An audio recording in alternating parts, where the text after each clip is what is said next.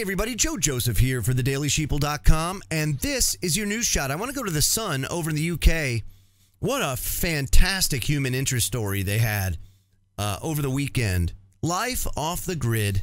Meet the Atchleys, the world's most remote family who lives hundreds of miles from civilization with only hungry bears for company.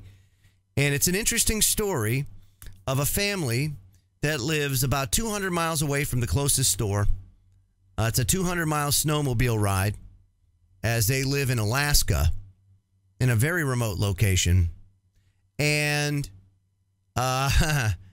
it is a story of self-sufficiency and freedom like you've never heard before.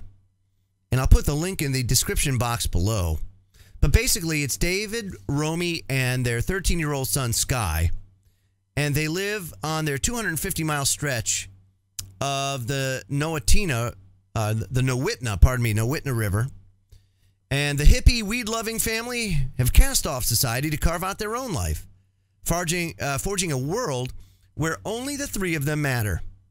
Fairbanks, the nearest town, is a 200-mile snowmobile ride away, making your walk to the local Asda look pathetic in comparison to the Atchley's epic and dangerous route to buy groceries.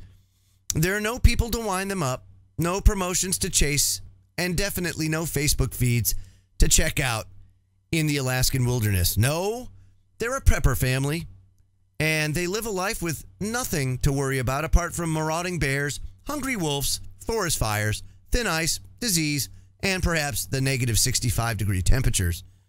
And every detail of their previous unseen life has now been documented by a photojournalist named Ed Gold.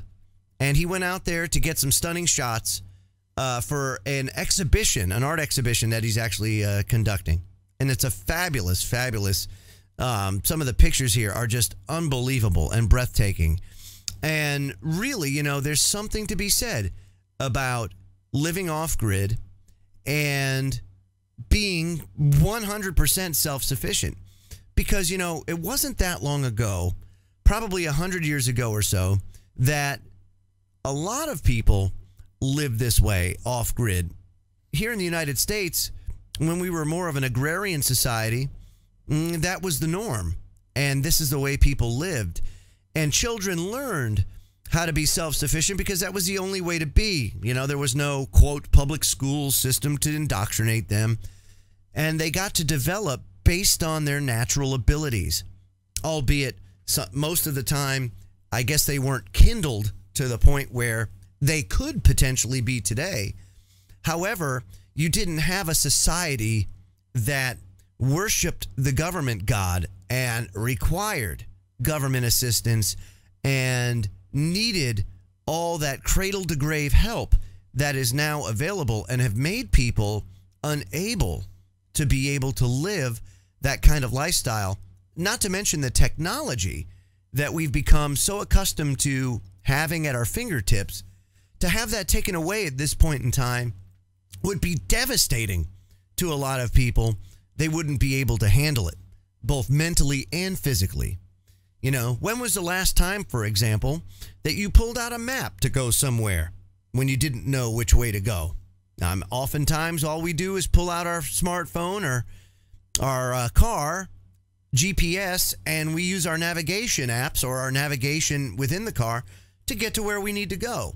You know, we don't have the time to pull out an atlas or to pull out a road map and actually go and look where to go. And as a result, the millennials and the generations thereafter, if it continues to go this way, won't know what to do or how to live should this technology become obsolete, become a way of the past, say because of a solar flare or any other natural disaster.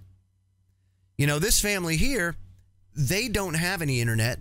They spend their time playing nerdy board games like anybody from my generation will remember Dungeons and Dragons, you know, role-playing games. You could spend hours, you could spend days, you know, running campaigns and having a good old time. They do have, Sky has one guilty pleasure. He does have a video game system, and he plays Grand Theft Auto. But outside of that, everything is completely natural. Everything is off grid. Every time they leave, they've got to carry their double odd 6 because they know they're going to run into a bear. If they need resources, say money, the dad goes to work in a gold mine when he needs it. Otherwise, they sell homemade T-shirts and pelts. Very low stress. They keep 2 years of food on hot standby. As hot as you can in Alaska. This is a way of life that was the norm not 100 years ago, but today, totally foreign in this society. And I will tell you this, that family could weather virtually any storm. Whereas today, most families here, should we have a solar flare or Yellowstone or a major earthquake or a meltdown, 80% of this country, of the United States, would be dead simply because they don't know how to survive. It's that simple. And people are vilified for preparing for such events when, again, 100 years ago, that was the norm. You prepared because that was the responsible thing to do. Government didn't come and bail you out. No, if anything, you had to wait for charity to happen, to take place. And that takes time. But today, oh, look at that. FEMA to the rescue. Well, we all know with what happened with Katrina, that's not a sure bet. Not at all.